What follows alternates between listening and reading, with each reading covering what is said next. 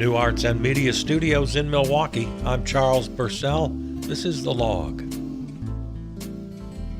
I wanted to share a couple of good ideas with you. In my rambling around my information sphere, my little bubble that I'm always trying to expand, I came across two great ideas. One about defeating Citizens United, the terrible Supreme Court decision many years ago that defined corporations as people and their money spent as speech. It's all ridiculous. And it lays ruin to our political system, especially at election time. And then the other idea was about general strikes versus targeted strikes. Let me start with Citizens United. Tom Moore is a senior fellow at the Center for American Progress. And he was testifying before, looks like the Maryland state legislature, explaining how to basically do away with Citizens United. Because as he reminded the legislators, and maybe you didn't know this, I'm not sure how much I understood this, he explains that corporations may have a right guaranteed by the Supreme Court to meddle in elections, to spend all the money they want. But they only have the power to do so because each individual state has given them that power. And thus it is up to each individual state simply to take away that power. Corporations are legal entities. A corporation is basically a set of rules. States, individual states, establish corporations. They provide the legal framework for these private entities to incorporate. Nearly all private corporations, LLCs, and nonprofits are chartered by state governments, not the federal government. That's why Delaware is such a popular spot, right? You've always heard that. Because their particular set of laws is very favorable to corporate interests. So it's a really painfully simple point. State governments make the rules. All they have to do in their charter, which is their power to grant or not to grant, they just change the rules. As Tom Moore of the Center for American Progress cleverly put it, the Supreme Court could give you the right to fly, to flap your arms and go skyward, but unless you have the power to do it, that Supreme Court granted right gets you exactly squat. A state has the power to dictate to a private corporation the rules under which they will behave, the conditions that must be met before being granted a charter. Pretty simple, like embarrassingly simple. So thanks to Tom Moore, Senior Fellow, Center for American Progress, for reminding us of something that maybe should have been more obvious. I don't know. I didn't think of it. And then the other very welcome bit of wisdom that I came across in my travels, a guy by the name of Andre Henry. I don't know if you've heard of him. He's a musician, activist, author, and he posted a very interesting little video talking about how we don't seem to be able to get a general strike together. And you know me, I've been hollering for a general strike for years. And yeah, it does get pretty frustrating. We don't seem to get anywhere near doing that. But Andre reminds us, and he tells the story of Slobodan Milosevic, the president of the former Yugoslavia. He was taken down, not by a general strike, but by a very specific strike, namely diesel fuel. The country ran on it. The trucks run on it. Very similar to every other country in the world, including ours. And Yugoslavia had a very successful, very limited, very targeted strike. Other workers around the country were able to support the diesel workers, especially those who delivered the diesel, the truck drivers. So he's telling this story kind of secondhand by way of activist friends who took part in this. And so Andre Henry asks us not to get too disillusioned, too disappointed that we can't get a general strike together. It's not easy, I guess, obviously. But if you can identify a great need that once withdrawn causes real havoc, the powers that be will do anything to get it back. He points out something you and I have talked about many times. Many very important strikes, citizen actions, were local. One of the most important and obvious examples, the Montgomery bus boycott. And if we think this way, if we get specific about a target that will really do the job, it then does two things. It can change policy. It can force lawmakers, politicians, to do what's right, even though they don't want to. Like you and I say all the time, they're never going to do the right thing just because we ask them to. They only do the right thing when we force them. They're left with no choice. If the choice is up to them, they'll never do the right thing. The key is to take away the choice, leave them with no options. So, the Montgomery bus boycott is an example of that. The diesel delivery strike in former Yugoslavia is an example of that. And Andre Henry reminds us of this. And as I started to say, I think I interrupted myself. It does two things.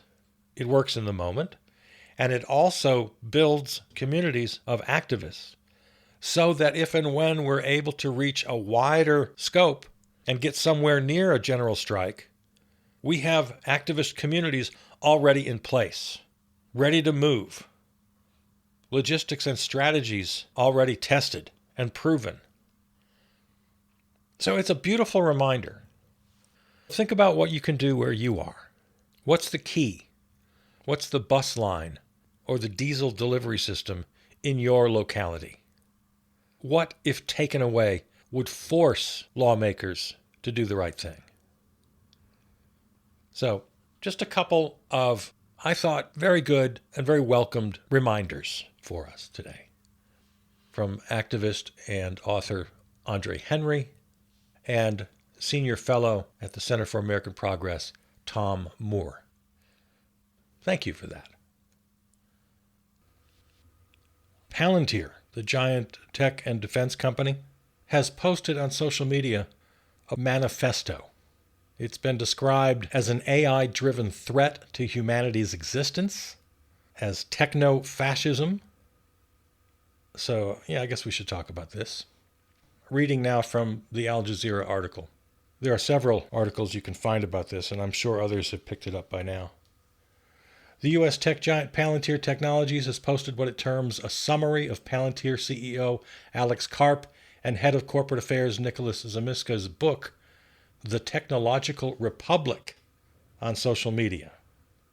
Many of the positions articulated in the book go far beyond what would normally be expected of a tech company, calling for the introduction of national service, the moral duty of technology companies to participate in defense, and an embrace of religion in public life. Okay, what? Let's talk about this. So, a giant tech company, knee-deep in the defense industry, puts out a manifesto on Western civilization. Calls for national service, for hard power, i.e. military, about artificial intelligence weapons. We all know that on day one of the Iran war, it was an AI app that bombed the children's school. And about which cultures are supposedly healthy and which are supposedly regressive. Yeah, we want Palantir to tell us that. Somehow we're supposed to treat this like it's normal, like this is the role of a corporation. This is not normal.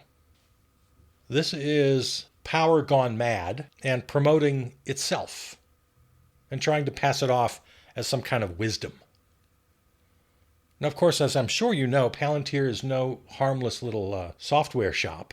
This is a company that sits right in the middle of global state power. Defense, surveillance, immigration enforcement, military systems. All the places that ordinary people have a hard time getting their hands on. So when a company like Palantir starts sounding like it's writing a political creed, I think we better pay attention. Okay, so what kind of world here does Palantir want to build? Well, it kind of goes without saying, a world where enormous private firms get to tell the rest of us what for. About security? About civilization itself? What kinds of force are acceptable? Come on. Of course, their posted message is wrapped in the language of duty and patriotism. It says in their article, quote, "The limits of soft power, of soaring rhetoric alone, have been exposed."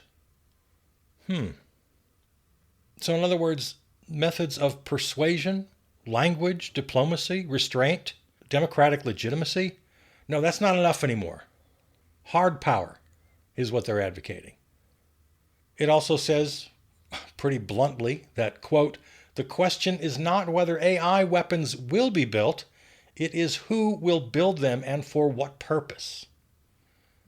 So these are no longer moral decisions. These are technical inevitabilities. They take a moral problem, turn it into a management problem. They take a political question and turn it into a technical imperative. And of course, these aren't theoretical problems. We've already seen them in real time. AI is all over the aforementioned children's school in Iran, and Palantir has been all over Israel's genocide in Gaza this whole time. Surveillance, targeting. So just chuck morality out the window. Everything now is a matter of technology, of logistics. This is their little trick. This is always their little trick. First they say, well, AI and all of this, it's inevitable. It's coming. Nothing you can do about it. And then they say we should leave it to the experts. And then the experts turn out to be billionaires and defense contractors and people whose loyalties are to the investors, to state power. And so this little manifesto of theirs cannot be laughed away. Because it's not just about Palantir, of course. It's about the whole larger ruling class, the billionaires, the corporate officers, the elites. We talk about them all the time. The people who believe that they should have some sort of outsized control over us, over our lives. Just because they can. Because they own the tools, the capital. They own the data. These people are insane. And they love to talk. Man, they love to talk about themselves, talk about their ideas. And that's to our advantage. I guess it's better they're posting about this, they're talking about it, rather than doing it all behind closed doors. I guess we can be thankful for that. Oh, and they talk in such high tones about civilization, about responsibility. They wrap themselves in the flag, of course, because what fascist doesn't wrap themselves in a flag? But of course, what they really want is power without accountability. At this point, I'm not even questioning their motives anymore. Maybe they think they are gods. Maybe they think they are better than us. They probably do. In their minds, this could very well be the most moral stand to take, because they honestly believe that we're a bunch of idiots and only they can save the world.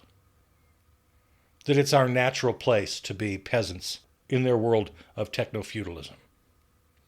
Regardless of their motives, they want public power with private ownership.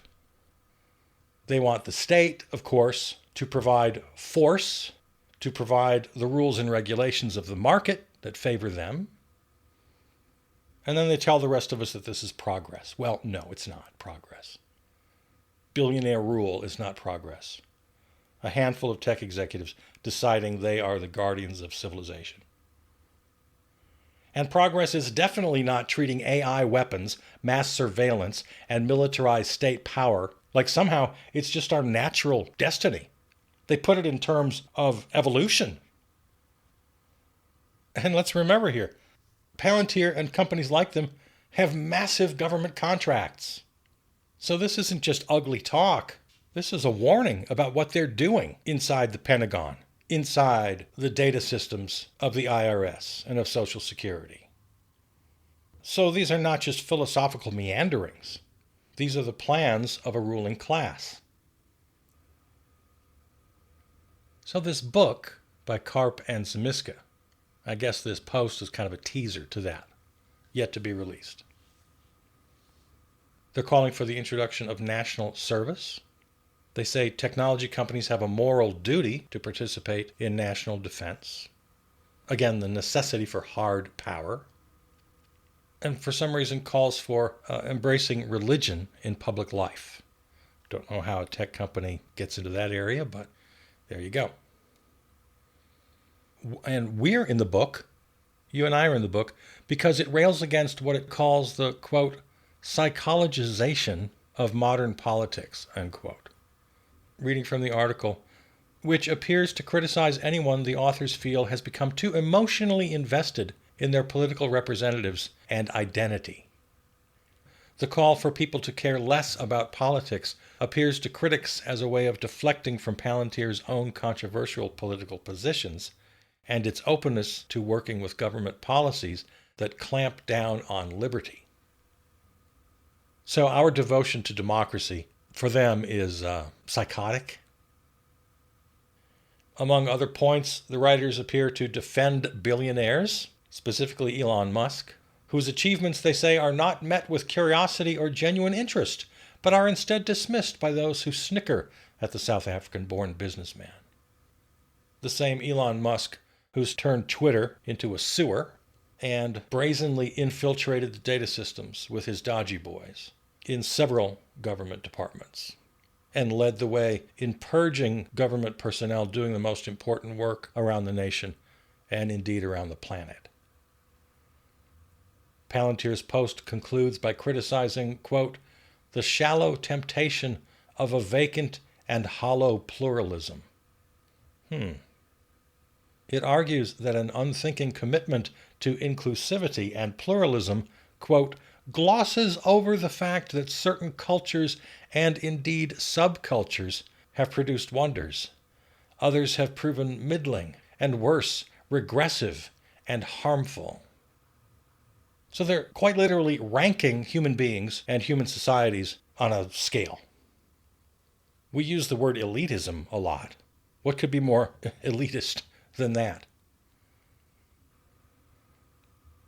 So as you might guess, the reaction has been swift.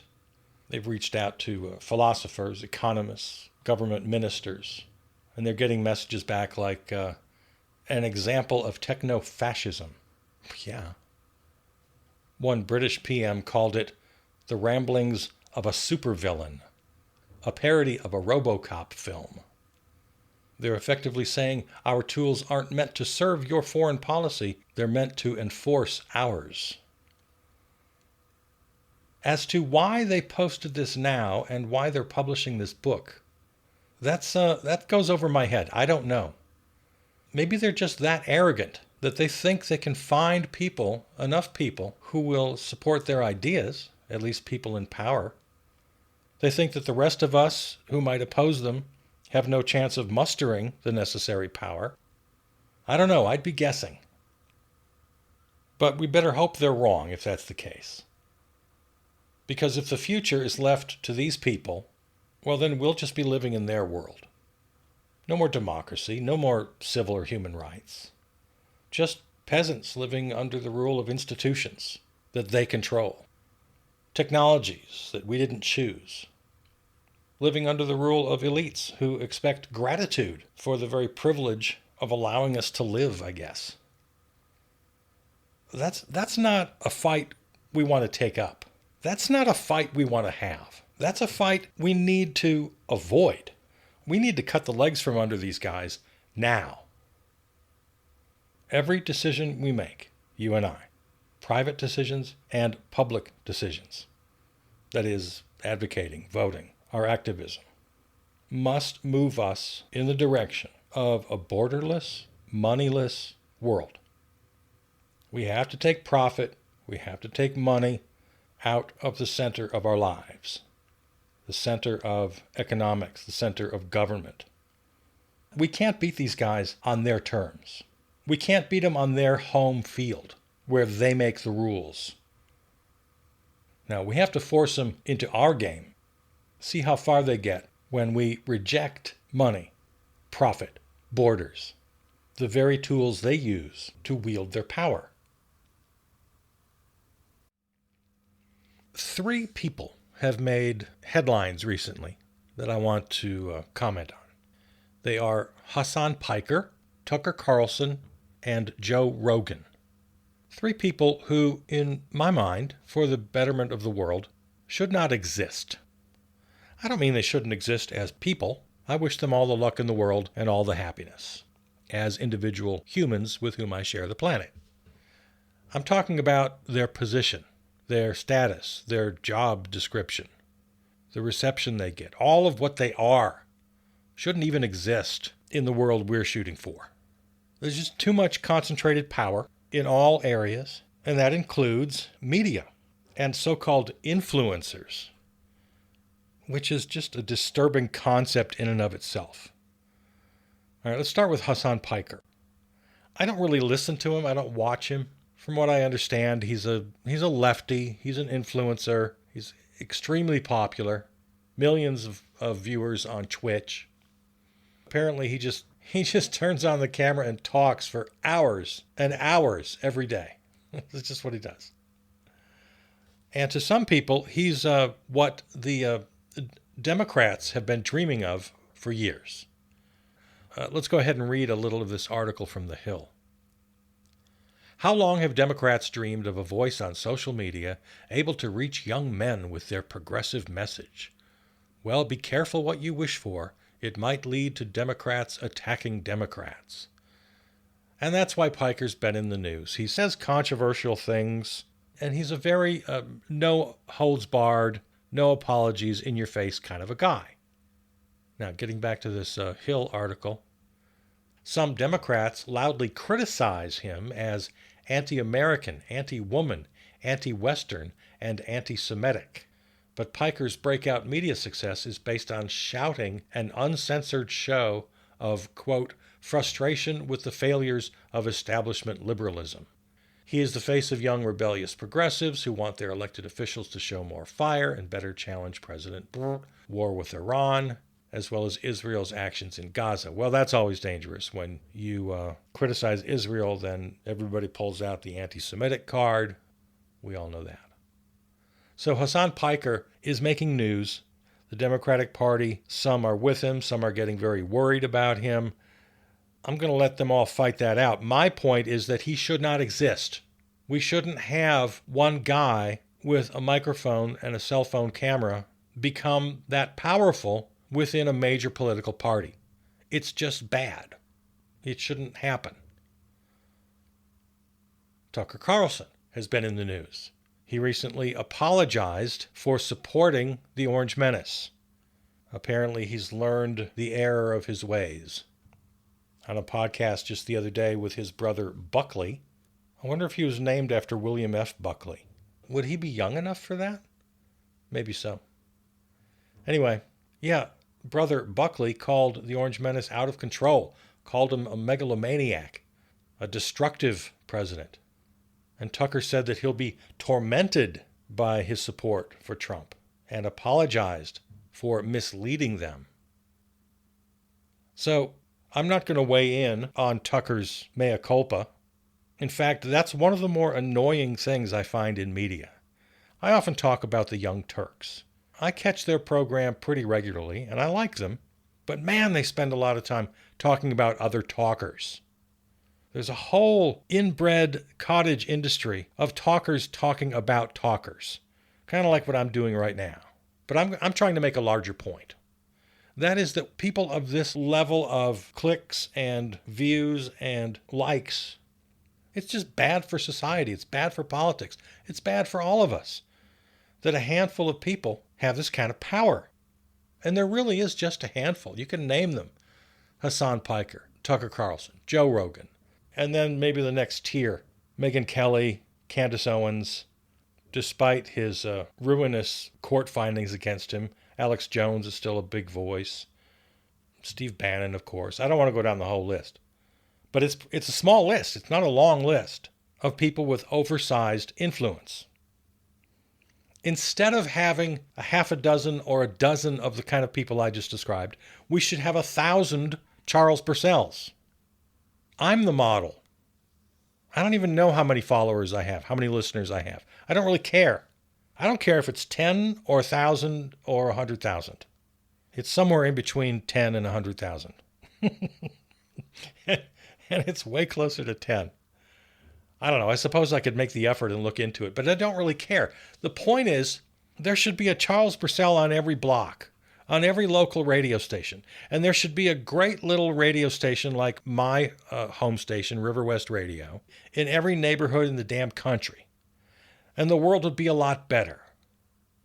Now, when I say there should be 1,000 or 1,000,000 Charles Purcells, I'm not saying there should be 1,000 or 1,000,000 people who agree with me.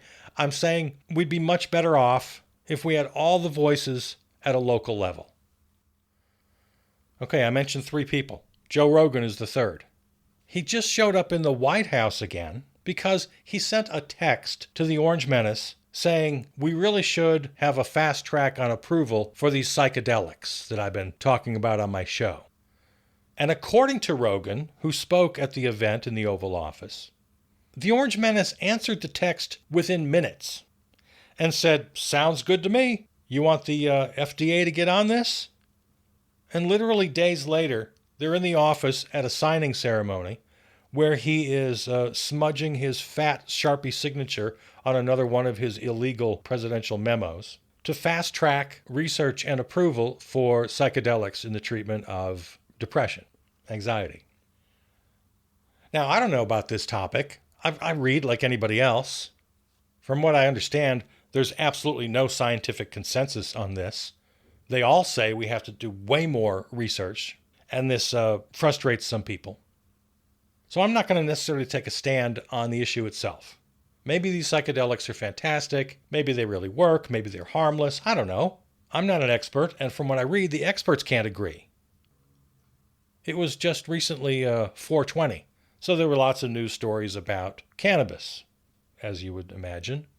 And after like a decade or more of headlines telling us that it was the miracle drug of all miracle drugs and there was no downside, it was just nothing but great, now we're starting to hear, hey, be careful. Rutgers University just had a really major study, and they reported some pretty serious risks of addiction, intellectual impairment, poor performance in school for students. The risks are especially high for people under 25 before full brain development has been achieved. Authors of the study said that regular cannabis use has been linked to the development or worsening of several mental health conditions. Oh, no problem. Now we have psychedelics to take care of that. Depression, anxiety, suicidal thoughts, psychosis. So again, I'm not taking a stand on this, but it's pretty clear that there is no expert consensus. And the real point I'm making here is that a dummy like Joe Rogan with a podcast shouldn't have the power to be able to text the President of the United States and within minutes have FDA approval on fast-tracking drugs. That's not how the system ought to work. I think most of us could agree on that. Couldn't we agree on that? So, in my humble opinion, Hassan Piker, Tucker Carlson, Joe Rogan, and a few of the others I've mentioned should not exist. All right. Well, having said that, this episode and all episodes can be heard on your favorite podcast platform or on the website, charlespurcell.com, or on our local radio station right here in Milwaukee, WXRW, River West Radio. Find us on Substack and Blue Sky. Peter Donalds wrote and performed our theme song. All right, I love you. I'll see you out there.